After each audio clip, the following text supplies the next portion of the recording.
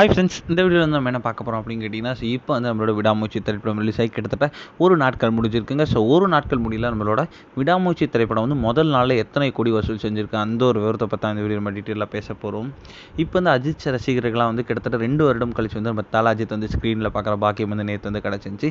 So இந்த திரைப்படத்தை வந்து நம்மளோட மகிழ் திருமணி தான் இயக்கியிருந்தாங்க. ஸோ விடாமூச்சி திரைப்படத்தில் ஆரவ், அதுக்கப்புறம் அர்ஜுன், த்ரிஷா இந்த மாதிரி வந்து ஏகப்பட்ட கதாபாத்திரங்கள் இந்த திரைப்படத்தில் ரொம்ப ரொம்ப முக்கியமான ரோலில் நடிச்சிருந்தாங்க.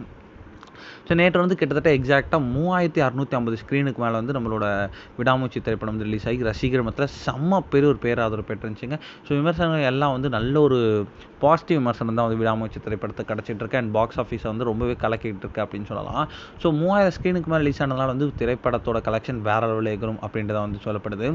சென்னையில் மட்டுமே முதல் நாளில் கிட்டத்தட்ட வந்து 2.5 கோடி வரைக்கும் வந்து நம்மளோட விடாமூச்சி திரைப்படம் வந்து கலெக்ட் பண்ணியிருக்குங்க. இது வந்து ரொம்ப பெரிய விஷயம் அப்படின்னு சொல்லலாம்.